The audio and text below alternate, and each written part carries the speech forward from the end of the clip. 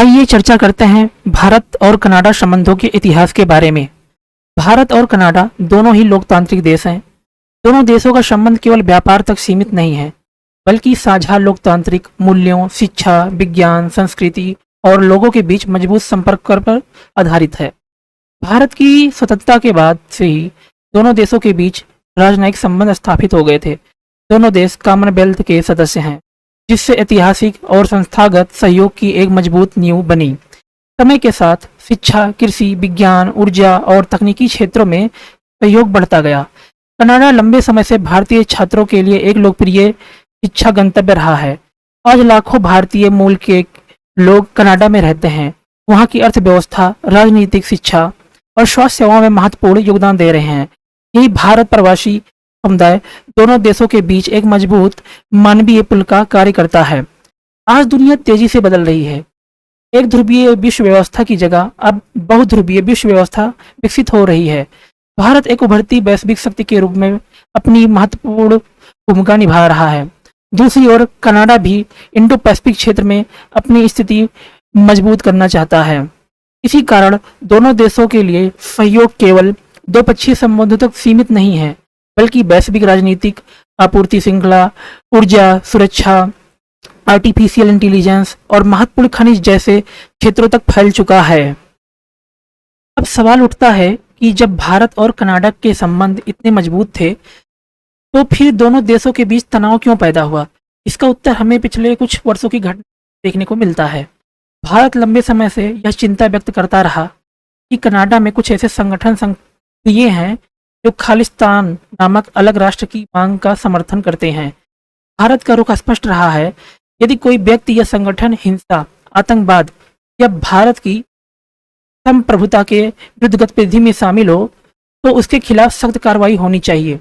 दूसरी ओर यदि हम कनाडा की बात करें, तो कनाडा अपने संविधान के तहत अभिव्यक्ति की आज़ादी और शांतिपूर्ण प्रदर्शन के अधिकार पर जोर देता है। यहीं से दोनों देशों के दृष्टिकोण में अंतर दिखाई देता है। तनाव धीरे धीरे केवल सुरक्षा के मुद्दे तक सीमित नहीं रहा है, इसका प्रभाव कूटनीतिक संबंधों पर भी पड़ा है। दोनों देशों ने अपने अपने राजनयिक स्तर पर कई कदम उठाए। कुछ समय के लिए वीजा सेवाएं भी प्रभावित हुई, तो छात्र, पर्यटकों और व्यापारिक यात्राओं पर असर पड़ा। यह स्थिति दोनों देशों के लिए भी चिंता का विषय बनी, क्योंकि भारत और कनाडा के बीच शिक्षा और व्यापार और लोगों का आवागमन काफी महत्वपूर्ण है। अब हम देखेंगे तनाव का आर्थिक प्रभाव क्या पड़ा। भारत और कनाडा के बीच व्यापार लगातार बढ़ रहा था। कनाडा भारत को दालें, लकड़ी, पोटास, अन्य संसाधन निर्यात करता था। वहीं भारत कनाडा को दवाइयाँ, प्रौद्योगिकी सेवाएं, इंजीनियरिंग उत्पाद, वस्त्र और कई अन्य उत्पाद निर्यात करता था। यदि राजनीतिक संबंध लंबे समय तक खराब रहते हैं, तो इसका असर व्यापार, निवेश, नई साझेदारियों पर पड़ता है। इसलिए दोनों देशों के संबंधों को समान बनाना आर्थिक दृष्टि से भी आवश्यक है। अंतर्राष्ट्रीय राजनीति में अस्थायी मित्र या शत्रु नहीं होते हैं, बल्कि अस्थायी होते हैं राष्ट्रीय हित। भारत और कनाडा दोनों यह महसूस किया कि मतभेदों के बावजूद संवाद जारी रखना आवश्यक है। आज जलवायु परिवर्तन, स्वच्छ ऊर्जा, महत्वपूर्ण खनिज, वैश्विक आपूर्ति श्रृंखला, इंडो पैसिफिक जैसे विषय ऐसे हैं जहां दोनों देश मिलकर काम कर सकते हैं। यही कारण है अब दोनों देशों के बीच फिर से संबंध मजबूत करने की दिशा में प्रयास दिखाई दे रहे हैं। अब सवाल यह है कि भारत और कनाडा के बीच ये संबंध दोनों देशों के लिए इतने महत्वपूर्ण क्यों हैं? इसका साधारण सा उत्तर है आर्थिक सहयोग। भारत आज दुनिया की सबसे तेजी से बढ़ती प्रमुख अर्थव्यवस्थाओं में। दूसरी ओर कनाडा प्राकृतिक संसाधनों, ऊर्जा, कृषि और उन्नत तकनीक के क्षेत्र में एक महत्वपूर्ण देश है। दोनों देशों की अर्थव्यवस्थाएं एक दूसरे की पूरक हैं। भारत को ऊर्जा, उर्वरक, महत्वपूर्ण खनिज और उच्च तकनीक की आवश्यकता है, जबकि कनाडा को विशाल भारतीय बाजार, कुशल मानव संसाधन और निवेश के अवसर आकर्षित करते हैं। यही कारण है दोनों देशों के बीच व्यापार और निवेश को बढ़ाने की निरंतर संभावनाएं मौजूद हैं। भारत और कनाडा के बीच व्यापार केवल वस्तुओं तक सीमित नहीं है, बल्कि सेवाएं, सूचना प्रौद्योगिकी, वित्तीय सेवाएं, स्टार्टअप सहयोग तक भी फैला हुआ है।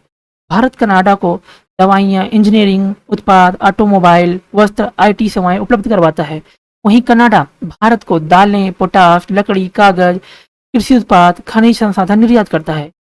यदि दोनों देश आर्थिक समझौते और निवेश को आगे बढ़ाते हैं, तो रोजगार, तकनीकी विकास और आर्थिक वृद्धि को नई गति मिल सकती है। भारत और कनाडा संबंधों की सबसे बड़ी ताकत है भारतीय मूल का समुदाय। कनाडा में बड़ी संख्या में भारतीय मूल के लोग रहते हैं। वो व्यापार, शिक्षा, स्वास्थ्य, विज्ञान, राजनीति और सार्वजनिक जीवन में महत्वपूर्ण योगदान दे रहे हैं। हर वर्ष बड़ी संख्या में भारतीय छात्र उच्च शिक्षा के लिए कनाडा जाते हैं। ये छात्र केवल शिक्षा ही प्राप्त नहीं करते हैं, बल्कि दोनों देशों के बीच सांस्कृतिक और आर्थिक संबंधों को भी मजबूत बनाते हैं। यही कारण है वीजा, शिक्षा और लोगों के आवागमन से जुड़े मुद्दे दोनों देशों के संबंध में विशेष महत्व रखते हैं। आज वैश्विक राजनीति का एक महत्वपूर्ण केंद्र है इंडो पैसिफिक क्षेत्र।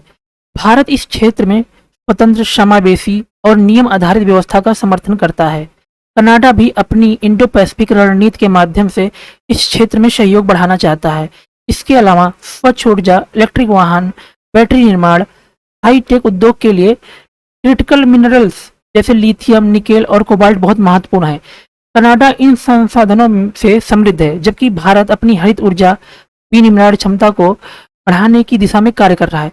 ऐसे में इन क्षेत्रों में सहयोग दोनों देशों के रणनीतिक और आर्थिक दृष्टि से अत्यंत लाभकारी हो सकता है।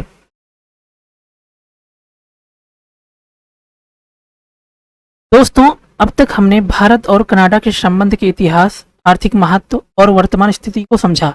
लेकिन किसी भी द्विपक्षीय संबंध को मजबूत बनाने के लिए केवल अवसर ही नहीं, बल्कि चुनौतियों को भी समझना आवश्यक है। सबसे पहले चुनौती है विश्वास की कमी। इसे अंतर्राष्ट्रीय शब्दों की भाषा में कहें तो ट्रस्ट डिफिसिट कहा जाता है। जब दो देश के बीच किसी संवेदनशील मुद्दे पर मतभेद लंबे समय तक बने रहते हैं, तो उसका असर केवल राजनीतिक स्तर पर नहीं, बल्कि व्यापार, शिक्षा, पर्यटन और निवेश पर भी पड़ता है। भारत का स्पष्ट मत है, किसी भी देश को अपने क्षेत्र का उपयोग दूसरे देश के खिलाफ हिंसक या आतंकवादी गतिविधि के लिए नहीं होने देना चाहिए। दूसरी ओर कनाडा लोकतांत्रिक अधिकारों और अभिव्यक्ति की स्वतंत्रता को महत्व देता है। यही अंतर कई बार दोनों देशों के बीच तनाव का कारण बनता है। आज आतंकवाद केवल किसी एक देश की समस्या नहीं, बल्कि विश्व चुनौती है। भारत लगातार यह कहता है, आतंकवाद और अलगाववाद के प्रति जीरो टॉलरेंस की नीति अपनाई जानी चाहिए। यदि भारत और कनाडा सुरक्षा एजेंसियों के बीच बेहतर सूचना साझाकरण, खुफिया सहयोग, तालमेल बैठाते हैं, तो इससे दोनों देशों के बीच विश्वास भी मजबूत होगा। सुरक्षा सहयोग केवल आतंकवाद तक सीमित नहीं है, इसमें साइबर सुरक्षा, वित्तीय अपराध, मनी लॉन्ड्रिंग, संगठित अपराध, डिजिटल सुरक्षा जैसे नए क्षेत्र भी शामिल हैं। अब सबसे बड़ा प्रश्न यह है, भारत और कनाडा अपने संबंधों को सुधारने के लिए क्या कदम उठा सकते हैं। यदि हम बात करें तो सबसे महत्वपूर्ण पहला कदम है निरंतर संवाद, मतलब नियमित उच्च स्तरीय वार्ता। अंतर्राष्ट्रीय संबंधों में संवाद ही सबसे प्रभावी माध्यम माना जाता है। दूसरा कदम हो सकता है दोनों देशों को व्यापार, निवेश समझौतों पर आगे बढ़ना चाहिए। तीसरा, शिक्षा, अनुसंधान, विज्ञान, जलवायु परिवर्तन, हरित ऊर्जा जैसे क्षेत्रों में सहयोग बढ़ाना चाहिए। चौथा, यदि हम बात करें तो जो सबसे महत्वपूर्ण आता है, भारतीय छात्रों और प्रवासी समुदायों से जुड़े मुद्दों का समाधान प्राथमिकता के आधार पर किया जाना चाहिए। यदि ये कदम उठाए जाते हैं तो भारत और कनाडा के संबंध पहले से कहीं और अधिक मजबूत हो सकते हैं। यदि आपको यह मेरा वीडियो पसंद आया हो तो मेरे चैनल को सब्सक्राइब कीजिए, लाइक कीजिए और शेयर कीजिए। यहाँ पर आपको केवल पॉइंट टू पॉइंट बात सुनने को मिलेगी, समझने को मिलेगी। आप यहाँ से बताई गई चीज़ों को अपने एग्जाम के लिए भी नोट कर सकते हैं। बहुत बहुत धन्यवाद।